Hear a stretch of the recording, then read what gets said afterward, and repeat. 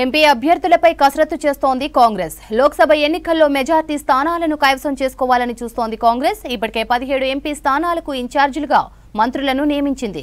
అబ్జర్వర్లుగా AICC నేతలు ఉంటున్నారు. బలమైన అభ్యర్థులను బరిలో దింపాలని భావిస్తోంది కాంగ్రెస్. తెలంగాణ నుంచి లోక్సభ బరిలో సోనియా గాంధీని లేదంటే ప్రియాంక గాంధీని దింపాలని పీసీసీ ఆలోచన చేస్తోంది. ఇప్పటికే ఈ విషయాన్ని అధిష్టానానికి తెలియజేసింది. ఎంపీ అభ్యర్థులపై కసరత్తు చేస్తోంది కాంగ్రెస్. లోక్సభ ఎన్నికల్లో మెజార్టీ స్థానాలను కైవసం చేసుకోవాలని చూస్తోంది కాంగ్రెస్. ఇప్పటికే 17 ఎంపీ స్థానాలకు ఇన్ఛార్జీలుగా మంత్రుల్ని నియమించింది. అబ్జర్వర్లుగా ఏఐసీసీ నేతలు ఉంటున్నారు. బలమైన అభ్యర్థులను బరిలో దింపాలని భావిస్తోంది కాంగ్రెస్. తెలంగాణ నుంచి లోక్సభ బరిలో సోనియా గాంధీ లేదంటే ప్రియాంక గాంధీని దింపాలని పీసీసీ ఆలోచన చేస్తోంది. ఇప్పటికే ఈ విషయాన్ని అధిష్టానానికి తెలియజేసింది. మరిన్ని అప్డేట్స్ రాజు అందిస్తారు. రాజు, ఎంపీ అభ్యర్థులపై కాంగ్రెస్ ప్లాన్ ఏంటి? Thank you Sravanthi. మొన్న రీసెంట్గా జరిగిన తెలంగాణ అసెంబ్లీ ఎన్నికల్లో విజయం సాధించిన కాంగ్రెస్ పార్టీ అధికారంలోకి వచ్చింది తెలంగాణలో. ఇక రాబోయే పార్లమెంట్ ఎన్నికల్లో కూడా సేమ్ అదే స్ట్రాటజీతోనే ముందుకెళ్లాలని భావిస్తుంది. ఇప్పటికీ కాంగ్రెస్ పార్లమెంట్ ఎన్నికలకు సంబంధించిన పైన కసరత్తు మొదలుపెట్టింది. ఒక్కొక్క పార్లమెంట్ నియోజకవర్గానికి మంత్రులను అదేవిధంగా ఏఐసీసీ నేతలను కూడా అబ్జర్వర్లుగా నియమించింది.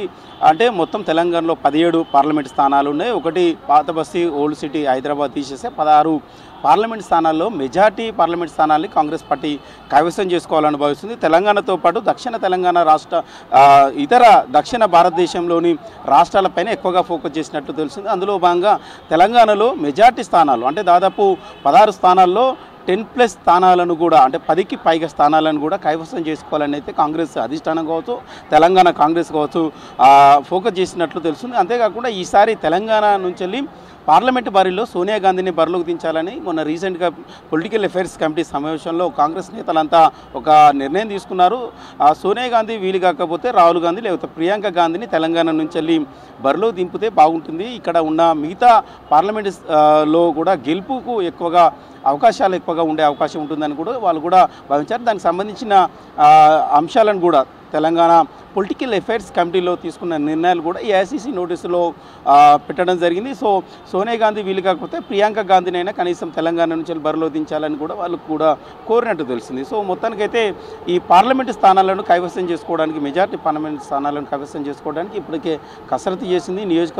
పార్లమెంట్ నియోజకవర్గాల వారిగా రివ్యూలు, సమీక్షలు, సమావేశాలు నిర్వహిస్తున్నది. అదేవిధంగా అంటే ప్రధానంగా ఇప్పటికే మొన్న రీసెంట్గా అసెంబ్లీ ఎన్నికల సమయంలో టికెట్ ఆశించి భంగపడ్డ నేతలకు కొంతమందికి పార్లమెంటు టికెట్ ఇస్తామని కూడా ఆ ఏఐసీసీ హామీ ఇచ్చింది. హామీ ఇచ్చిన నేతలు కాకుండా మిగతా కొంతమంది నేతలను కూడా బలమైన నేతలను కూడా సర్వేల ఆధారంగానే టికెట్ ఇవ్వాలని కూడా చూస్తున్న సిచ్యువేషన్ అయితే కనబడుతుంది. ప్రధానంగా ఒకసారి మనం గమనించినైతే ఒక్కొక్క పార్లమెంట్ నియోజకవర్గాలకు ఇప్పటికే కాంగ్రెస్ నోటీసులో ఉన్న అభ్యర్థులు ఎవరెవరు ఆశావాలుగా ఉన్నారు అభ్యర్థులు ప్రదేశ్ కాంగ్రెస్ కమిటీలో అనేది ఒకసారి చూసుకున్నట్లయితే కరీంనగర్ నుంచి బలుమూరు వెంకట, అదేవిధంగా ఎమ్మెల్సీ జీవన్ రెడ్డి ఆయన కరీంనగర్ పార్లమెంట్ స్థానం నుంచి పోటీ చేయాలని అయితే భావిస్తున్నారు.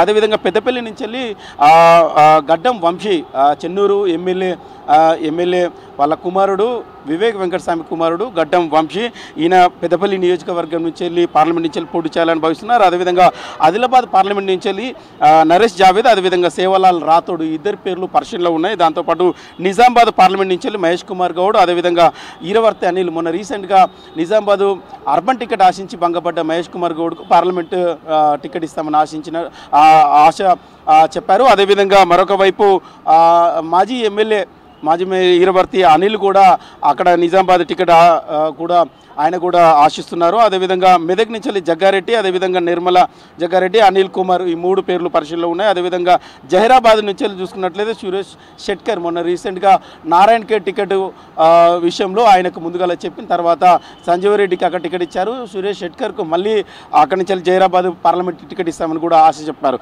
ఆయన జహీరాబాద్ నుంచి పోటీ చేసే అవకాశం ఉంటుంది. అదేవిధంగా మల్కాజ్గిరి పార్లమెంట్ నుంచి చూసుకున్నట్లయితే మైనంపల్లి హనుమంతరావు, అదేవిధంగా హర్షవర్ధన్ రెడ్డి ఇద్దరు పేర్లు లో ఉన్నాయి ప్రజెంట్ ఇప్పటి వరకు అయితే. తర్వాత చాలామంది ఎవరైనా నేతలు ఇతర పార్టీల నుంచి బలమైన నేతలు వచ్చినా కూడా వాళ్ళకు కూడా ఇచ్చే అవకాశాలు అయితే కనబడుతున్నాయి. కానీ ఇప్పటివైతే పీసీసీలో ఈ అభ్యర్థులు ఆయా నియోజకవర్గాల నుంచి మేము పోటీ చేస్తాము, మాకు టికెట్ ఇచ్చే అవకాశం ఎక్కువగా ఉందని అయితే కాంగ్రెస్ పార్టీలో చర్చ జరుగుతుంది. కాంగ్రెస్ పార్టీలో కూడా వాళ్ళ పేర్లు పరిశీలనలో ఉన్నట్లయితే తెలుస్తుంది.